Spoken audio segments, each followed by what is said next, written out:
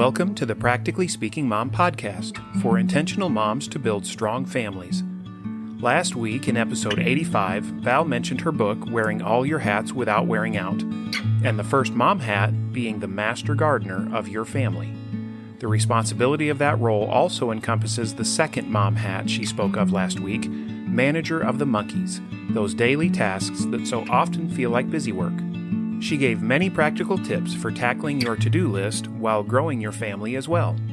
Today, Val continues with the home manager mom hat conversation by unpacking a helpful system she uses to handle a constant source of stress and task management challenges, the mail. I'm so excited that we get to work on the next aspect of lassoing our life. What do I mean by that? I mean that we want to take control of our life so our life doesn't control us. I know you're listening to this podcast because you believe it is important to be intentional, to think ahead, to plan ahead, to make it happen, to have priorities, to strengthen our family, to help our family thrive and become everything God designed us to be. We can't do that if everything is out of control. Today, we're tackling the mail and all of the papers that come into our lives as mom. Do you ever feel like you're like swimming in papers? Sometimes I do. Oh my goodness. We moms have so many papers we have to deal with every day. And today, it's time to take control of our mail and our papers that come as a constant stream into our house. Here's my motto for helping me with this. One and done. One and done means touch a paper once or as few times as possible and deal with it right away. The way I implement that in my house includes a few ingredients that I'm going to tell you about next. So if you were to completely implement my mail plan, then here's the shopping list you would want to go and pick up, or you may already have all of these items in your house to set up this mail station. And at the same time, it might be that you just want to listen to this and glean a few changes for your own system, or maybe your system's way better than mine. And if that's the case, I sure hope that you will comment back to me, like in our Intentional Mom Strong Family community on Facebook and MeWe. You can get on there when I post this week's podcast and leave your comments. Say, hey, this is what I do to stay organized with my mail. I would love to know you guys' ideas. Okay, but if you were to collect the items needed to set up a mail system just like mine, you're going to want 3 baskets, 5 file folders, 2 calendars. One of those calendars should just be a little bitty calendar, like a little pocket calendar, and a notebook or date book. If you do a date book, I don't mean a monthly date book. You want it to either have daily pages or weekly pages. And of course, the final ingredients for organization, which is always an important ingredient in my life, and that is sticky notes. So we're going to talk about all of those things as we go through our mail system. But first, I want to remind all of us, why do we do this? Why are we lassoing our life? You could just imagine that you're a little cowgirl for a minute here, and you are, you got a lasso, and you're just gonna take control of that life. Because we were meant for more than just getting by and barely treading water, okay? We actually want to have enough time in our life to do all that God has placed in our hearts and our minds. Like He has planted so many seeds that are they just want to come to fruition, whether we have some creative things to do, or He puts a passion on your heart of ways that you should be impacting someone's life or equipping your kids to live out their passions. To be able to do that, we have to have some time and we have to have some peace in our life. We also have to have some clarity of mind. So last week, when we talked about this aspect of the Practically Speaking Mom's Guide to your to-do list, so if you want to work on your to-do list, step back to episode 85 and listen to that one. But we're on to the second part of this, and that is really taking control of our mail. So first of all, if your paper is out of control in your house right now, then I just want you to take a laundry basket or a box and put everything in it for right now. And we're going to talk at the end about how to purge or deal with this backlog of old stacks that you need to deal with. But for right now, let's just start with a clean slate, a clean countertop or table or bookshelf or whatever you're going to use for your mail system, okay? And of course, you want to try to keep tables and countertops clear for living life, but you need a little bit of a station, a little work zone when you're processing mail, okay? So anyway, step one, we want to get our first basket. And this basket, you know on The Wizard of Oz, how Dorothy carried her basket with Toto in it. Her little puppy dog was in there. And so she'd, go all around the land of Oz with her puppy dog Toto in the basket. And you want a basket like that for your kids to go out and get the mail. So that's something they can do in this process. There's actually a few things that your kids can do to help with the mail process. And that is one of them, because in all of the aspects of your life, you want to be thinking, is this a job I can do, or can I delegate it to my kids, to one of my kids? And when you're thinking about that, you're not thinking, what makes it easiest for me? So then you're picking the oldest kid who's the most capable. No, you want to think, who is the youngest one that is capable of this task? I want to give this task to them. And what that does is it helps to develop all of your kids. And we don't give tasks to make life easier for us, although that is a nice bonus to giving them these different responsibilities, but we're doing it because we want to prepare them for life. And if we don't give them work to do, if we don't give them responsibilities, if we don't follow up with those responsibilities and make sure that it's happening with excellence, with precise steps, then they're not fully equipped to do great things in life, okay? So we want to be looking for the different ways that we can delegate to them. Not an overwhelming amount. We have to keep it in balance. That is part of being what I call manager of the monkeys, and the monkeys are all these tasks and responsibilities that are on us. We are managing and overseeing all of these tasks, and part of that is making sure we haven't given too much to any child, right? So this last week, one of my sons graduated from college. Good job, Josh, graduating from Oral Roberts University. Super proud of him. And I only had one child in town the week leading up to that. And we were going to have 2 graduation parties for him. And we were going to have lots of relatives staying with us, okay? Like 15 or 16 relatives staying with us. So that's a lot of preparation, right? And so I just had one daughter in town to help me all week with that. Of course, she was capable of more tasks than I gave her, because part of my role is making sure that I am giving her a balanced amount that grows her life and grows her responsibility, but doesn't stress her out as well. So I'm not saying that, but we do want to always be looking for ways that we can grow our kids through sharing the responsibilities that we are overseeing and helping them learn to effectively implement. So, first basket, you want to get your Wizard of Oz Dorothy basket and let them go out and get the mail and bring it back in. And we use a basket because I want a basket with a handle, because little ones can keep track of it a lot better than if it's some kind of basket or box that they have to hold with 2 hands. Now, I'm using a basket because I don't really want them to drop my bills in the mud puddle.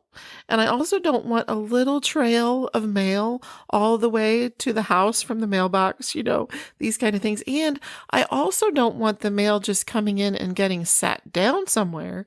And it just, looks like clutter and maybe even looks like trash or something when that mail has not even been processed. And so it's really important to me that it go in a basket and it stays in the basket until I am ready for it to go through the next step. So the next step, Actually, the next step I want you to do, if you wanted to do my exact system for mail, and maybe you don't want to, maybe you'll just, be remotivated about your own system and your system's better than mine. Super. That is great. In fact, if you have some good organization ideas for keeping track of mail and paperwork, I would love it if you would get on the Intentional Mom Strong Family Facebook group. Get on there and look for my post for this week. This is episode 86, and look for this podcast post and then comment on there and say, this is what I do for keeping track of my mail and making paperwork simple for me, because maybe you have way better ideas than I do. But if you want to do it just like me, then get 5 file folders and label one bills, the next one events, the next one important documents, and the next one things of interest, and number 5 is file it. Okay, so those are what you're going to label each one of those. And again, that's bills, events, important documents, things of interest, file it. Now, you're going to want to label those, and you're also going to want to have your next 2 baskets handy. One of those baskets is a holding basket. And basically that basket is I don't have time to deal with this, but it's important. So it's going in my holding basket. That's the things I do not want to get lost, but I either don't have time to deal with them at the moment, or they're important and they really don't fit in a category, but I need them to not get lost. So that is my holding basket. Okay. So I've got my mailbox basket and my holding basket, and then my third basket, which is my shopping basket. And that one does not have anything to do with going to the grocery store or anything like that. It's not leaving my house. My shopping basket is sort of like, well, you're going to put in it all of those things like the grocery store ads and the furniture ads and the coupons and anything that came in the mail that is of interest to you, as far as, it would be fun to see what's in that magazine. So magazines can go in there, or I'm going to want to see what's on sale at Costco. So all of those kind of things go in my shopping basket. And what I can do is I can make myself a cup of hot tea, and I can turn on my Practically Speaking Mom podcast and listen to it while I go through my shopping basket a couple of times a week or once a week or whatever works for you. So that's what my third basket is for. Okay. So now I've got my 5 file folders. I've got my 3 baskets. You're also going to need 2 calendars. One of them is your family calendar. What we do is we keep a dry erase calendar that I found at Lowe's. It's either $20 or $25. It's pretty big. And honestly, I want to go back and get either 1 more or 2 more, because it's a 1-month calendar, but I would really love to have either 2 or 3 months that are hanging up on the wall. So it's dry erase and it's super thin and it sticks to the wall, but it's removable without messing up paint. So anyway, I found those at Lowe's. I'm sure they're available other places too. But that's my family calendar. So you're going to need a family calendar, and you're also going to need a bill calendar. And I like to use just the little pocket calendars. Okay. And then you're going to need a notebook or a date book and sticky notes. So once or twice a week, I will get that mail basket, and it's time for me to process the mail. So I get out those file folders and I get out those other 2 baskets, okay? And I'm going to do all of this at once. And you have to have a really strong rule with yourself that you're not getting in that mail basket unless you have time to process things, okay? Or maybe you're looking for a specific item. I get it. And so you pull that out and do whatever with it. But your mail should not leave your mail basket until you're really, really ready to fully deal with it. But you should not wait more than once a week to really go through that basket, or you're going to find yourself living at a place of chaos and stress and disorganization that takes away your peace, takes away your clarity, and you don't want to do that, okay? So I've got my 5 folders and my 2 calendars and my 3 baskets there, and I've got all my mail that's ready to sort. And here's what I'm doing next. I am only sorting. So I will take my ads those shopping ads, and I'm sticking them in my shopping basket. And then, okay, here's an electric bill. So I'm sticking it I'm just laying it down on top of my bills folder. I'm not putting it in my bills folder. And then I am taking the next thing that came is a wedding invitation. And that's an event. So I'm going to set it on top of the event folder. I'm not putting it in the event folder yet. Okay. It's just sitting on top of there. And then also an insurance advertisement came. So this is something I've been thinking about, is switching car insurance. So I'm going to not consider that trash this time, and I'm going to set that on top of the things of interest folder. I'm interested in that, but the sky is not going to fall if I never, ever deal with that insurance advertisement. Okay. But I am keeping it. I'm not considering it trash. Now here's something came in the mail that is, they're wanting money for something. I'm not interested in giving money to that right now. So that's going directly in my recycle pile or trash pile, whatever you do. Or you could pull your trash can right over by you. In fact, what I have done for several years, and here recently, I guess I kind of stopped doing this, but I did this for several years. With my 5 file folders, I kept a temporary trash bag. So a gift bag all folded up. And when I would get out my file folder to process mail every week, I'd open up that gift bag and it was my temporary trash bag. Then when I was done sorting all the mail, processing all of the mail, then my bag was full of trash and I could either recycle it or put it in the trash can. So that's another option for you if you want to handle it that way. But anyway, I am making piles on top of each one of these file folders. I'm not actually dealing with any of them yet, okay?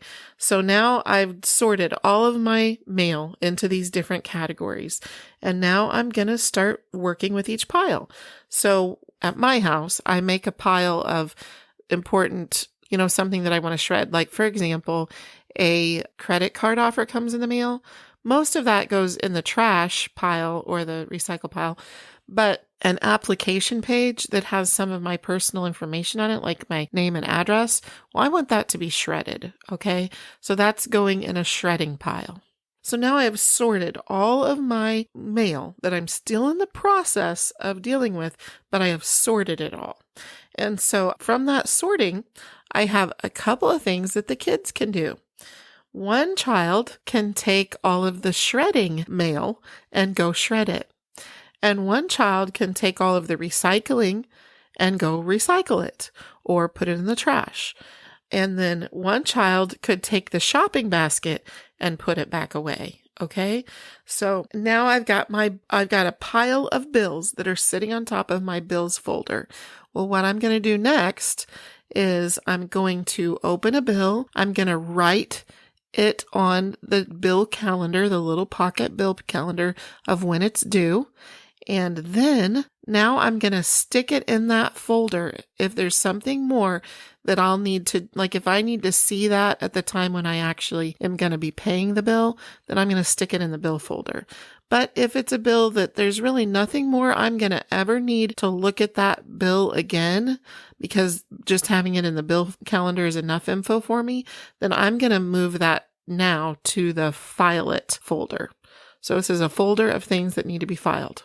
The next pile that I'm going to deal with is the events. So I have put a graduation announcement and a wedding invitation is sitting on top of my events folder.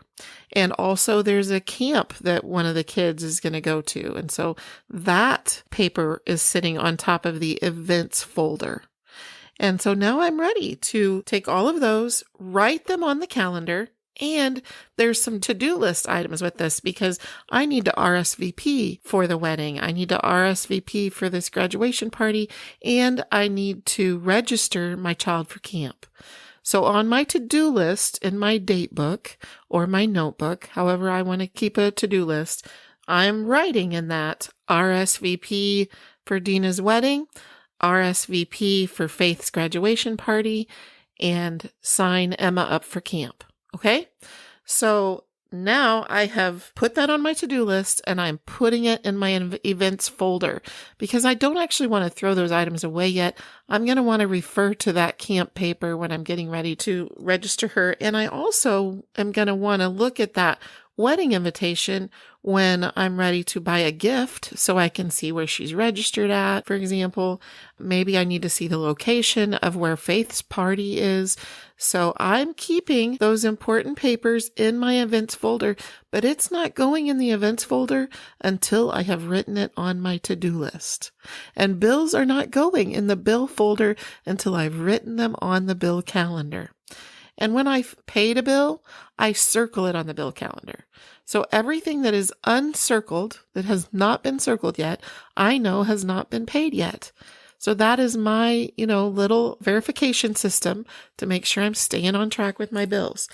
So now I've got a pile of important documents to process. And, that could be, I don't know, let's say that your employer has sent a note saying that you have to figure out what you want to go into your special flex pay account and the deadline is April 30th. So I've got this sitting on top of my important documents to process file. And so I write in my to-do list, flex pay, and then I stick that item in the folder labeled important documents to process. And then the last one is things of interest. And I gave you the example before of the insurance that maybe I'm interested in shopping for new interest. So I am keeping a hold of that in that. So now I have filed everything, but I didn't file anything until I added it to my to-do list. Okay. So my to-do list, I told you guys last week that I put little labels by each thing. So like if it's something I'm supposed to do online, right? It's going to have a symbol by it. Or if it's something that I need to get while I'm out, then it has a symbol on it for that. So anyway, these symbols are going to help you to do your to-do list items at their own designated time as well. Okay, let me just talk for a second now about, if you're behind on papers and so you've got a big pile, you just need to have some additional file folders handy. Maybe some of the things in that pile that you're behind on is going to have something to do with taxes or, just various things. But you want to sort all of that pile the way I just described to you for all of those other things. Okay, I hope that you find this helpful, and don't forget to jump on the Intentional Mom Strong Family Facebook group and tell us what you do to stay organized with mail. Val hopes you've found some inspiration today to create a time-saving system for dealing with your mail that also fosters greater peace in your busy days. Next week, Val turns her attention to visionary parenting, the third mom hat from her book, Wearing All Your Hats Without Wearing Out. You can find all Val's books, podcasts, blog, and other resources at her online home, practicallyspeakingmom.com, and follow her on Instagram and Facebook at Practically Speaking Mom. You can also connect with Val and a whole community of other intentional moms in her private Facebook group, Intentional Mom Strong Family. Val is honored to be able to encourage you each week in your worthy journey of motherhood right here on the Practically Speaking Mom podcast, the place for an intentional mom to build a strong family.